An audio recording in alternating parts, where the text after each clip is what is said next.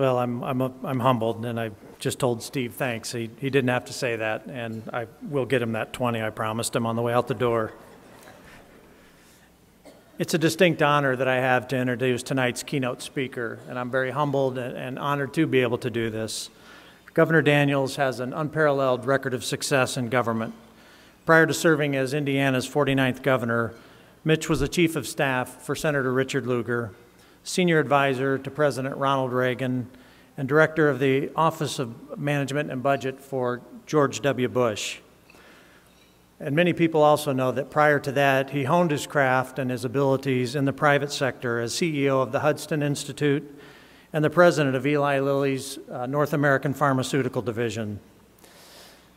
And it was these experiences that helped shape the man that we call governor. And as governor, you all know that Mitch's record is one of action and accomplishment. When running for office, he told people he had 10 agenda items that he was going to seek action on. And all 10 of those priorities have seen action and successful accomplishment of the successful outcome of what he was working toward. Just a few highlights of the time in office. The governor came into office with a huge budget deficit. And in that time has turned that around, and with fiscal policies that have turned the state of Indiana to having one of the few surpluses in the nation. And in doing so, he paid back the monies owed to the pension funds, the public employee pension funds, local governments, public schools, and universities.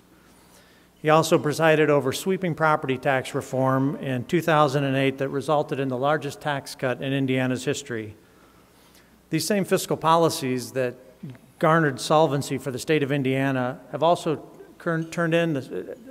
made it so that Indiana has one of the only AAA credit ratings at a time when the United States was downgraded by Standard & Poor's. And the governor restructured state offices with a focus on customer service and government efficiency. Interestingly, statistically, the state of Indiana now has the same number of employees as it had in 1975. And yet, Mitch has been quoted as saying you'd be amazed at how much government you'll never miss. Most recently, Governor Daniels authored the book, Keeping the Republic, Trusting Americans to Save America. As you read the book, you'll realize that one of the solutions is we need to just trust American people to do the right thing. Government doesn't have to operate our lives, and this is a strong and resounding message. And now, most recently, you all Tuesday night saw that the governor was selected to give the State of the Union response by the Republican Party.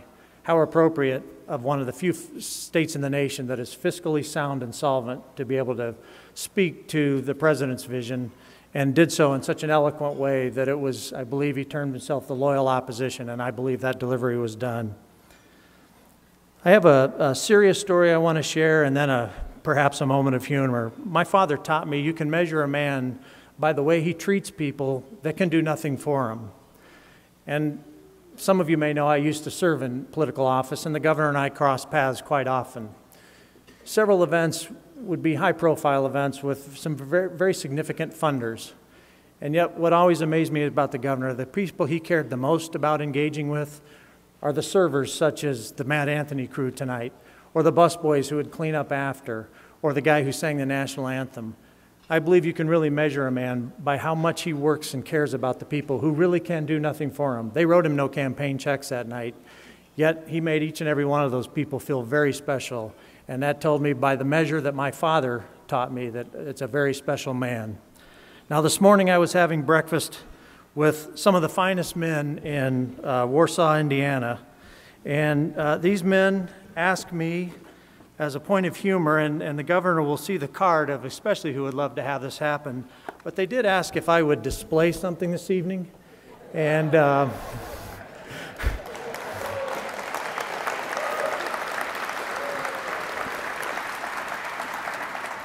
ladies and gentlemen, it is my honor to introduce the 49th governor of the state of Indiana, Mitch Daniels.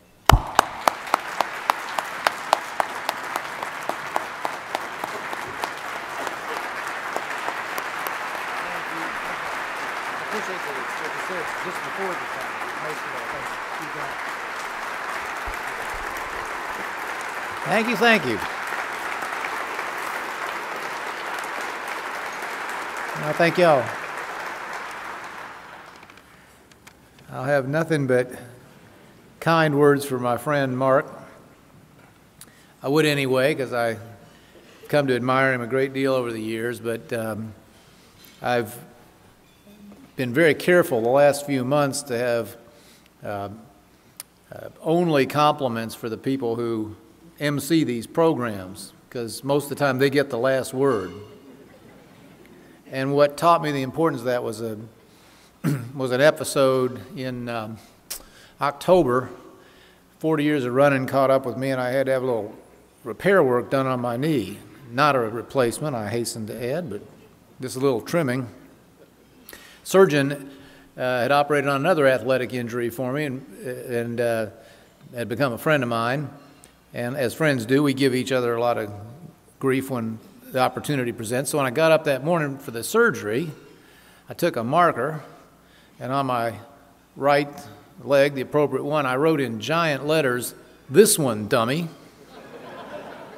being the funny guy that I am. I woke up from the anesthetic with my toenails painted pink.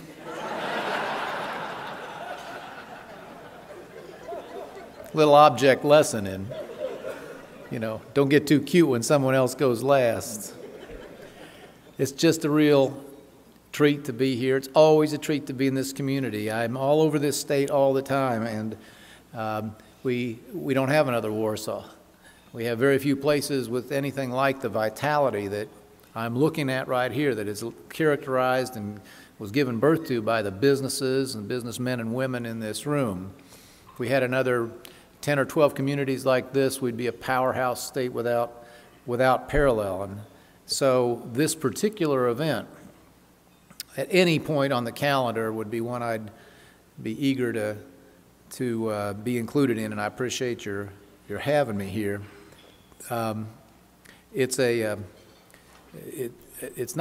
of the, I've been to a lot of these chamber annual meetings, and I thought that Steve did a great job moving quickly through that. I was one down in rural southern Indiana.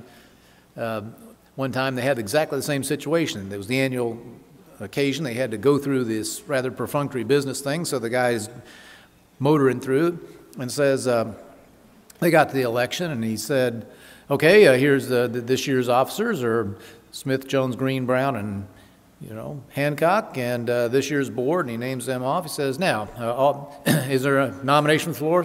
Nomination. A second? It's all pre-cooked. Second. All those in favor? Aye. And he's about to say, it says they're all duly, and the guy in the back yelled out, wait, Lake County is not reported yet. I said, even down there they know about Northwest Indiana. It's really great to be back at Grace also. What a fabulous place this is, and what a magnificent set of people, and the kids here. It's one of those places one can go where if you ever get your spirits down a little, just hang around. For instance, the young people who attend a school like this, you get your optimism back in a hurry. I was delighted to hear about a big athletic occasion. Lynn Bowl tells me that Grace beat the #1 school in NAIA women's basketball. Was it in this building? Yeah, right here, just the other night. Congratulations, Grace, on a huge win. And then I said, well, who'd you play? And she said, Indiana Wesleyan, another of my favorite schools. So I have to tell you, because we're here gathered in the spirit of enterprise, that the spirit of enterprise is alive and well in Indiana, and I had that reaffirmed not that long ago at Indiana Wesleyan. I was down there to speak, I guess, to a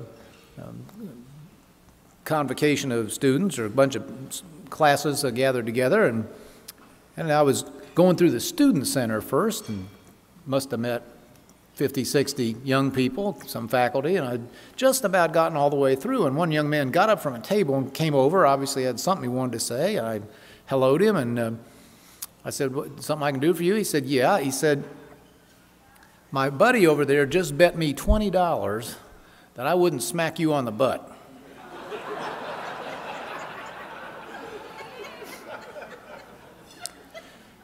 Just to let you know that my own business instincts have not completely withered away in public office. Of course, I said, what's my cut? We negotiated 15 for him, 5 for me. He gave me a good smack, and we collected.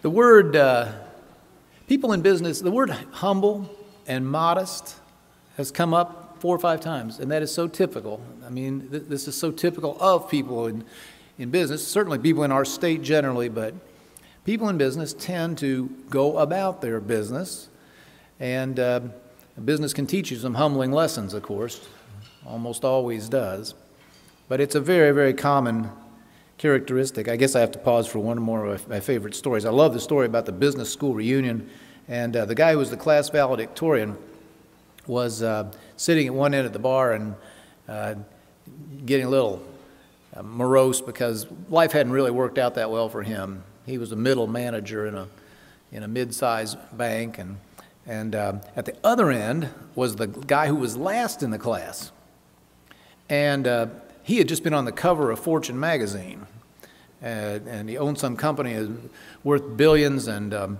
finally the valedictorian couldn't stand it anymore, and he picked up his beer and went down the other end, and he said,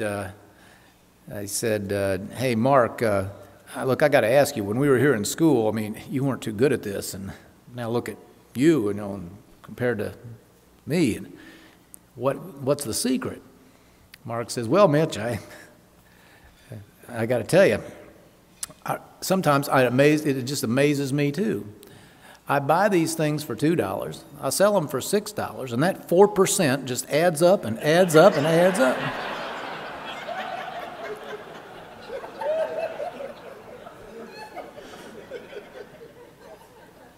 So a little modesty about what one does in business is pretty common, but it can also cause some problems.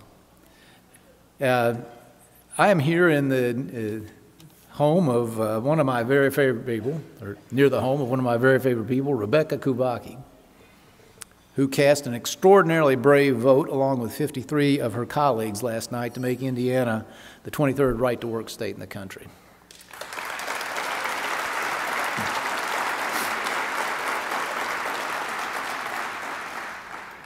And I guess it's not unknown here that Rebecca, all 4'11" or whatever there is of her, got in a pretty good tete-a-tete with some, bust-in union advocate down there, and they exchanged the notion that maybe each of the other had a chicken liver attitude, of words to that effect.